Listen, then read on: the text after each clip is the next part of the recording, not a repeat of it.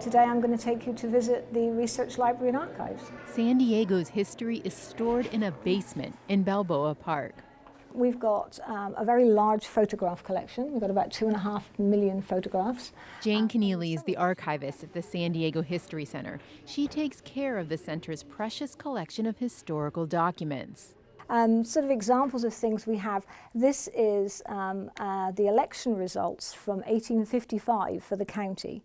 And there were actually only 67 people that could vote. Of course, no women, just men. Voting was a lot less complicated back then. No hanging chads, nothing else, just one piece of paper. It was wonderful. There are people who work in the park who think collections like this one are in danger.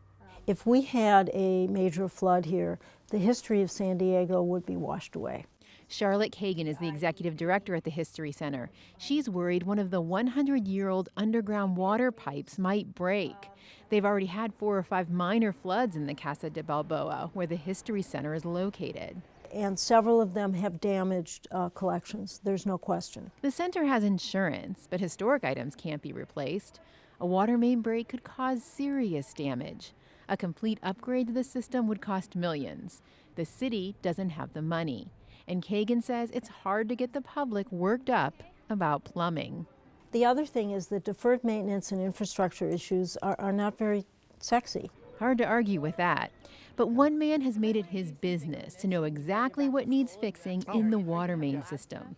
Dr. Matt Ron is a professor at SDSU.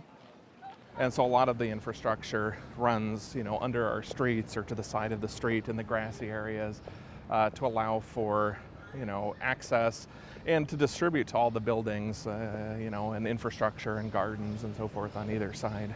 Ron and his students are mapping the park's water pipes. They're developing an app that will help city workers find weak points in the system. Not just the weak points, but being able to stand anywhere in the park at a broken water main and to be able to look at a map of Google Earth in real time and to be able to identify, this is where the closest 3 valves are, say, to isolate that piece of pipe. Once they isolate a break, they can minimize damage, and they also won't have to shut off water to the entire park. Ron says parks like San Francisco's Golden Gate have the same infrastructure issues. And if you compare Balboa Park to some European parks, that's a whole other level of rusty pipe. We talk about our infrastructure being 100 years old. In other places I've been, we're talking about hundreds of years, and that's difficult to deal with. But Ron says leaders in Balboa Park should still be concerned about collections kept underground. If you have a major failure in the system, then you could put at risk the collections and the amazing work that we have here and stored in the park. Ron doesn't have to tell the History Center's Charlotte Kagan that. To her, 100-year-old pipes mean trouble. So, of course it's going to break at some point.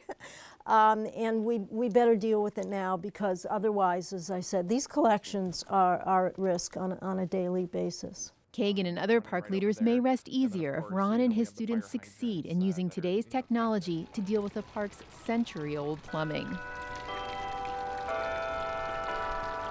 Angela Carone, KPBS News.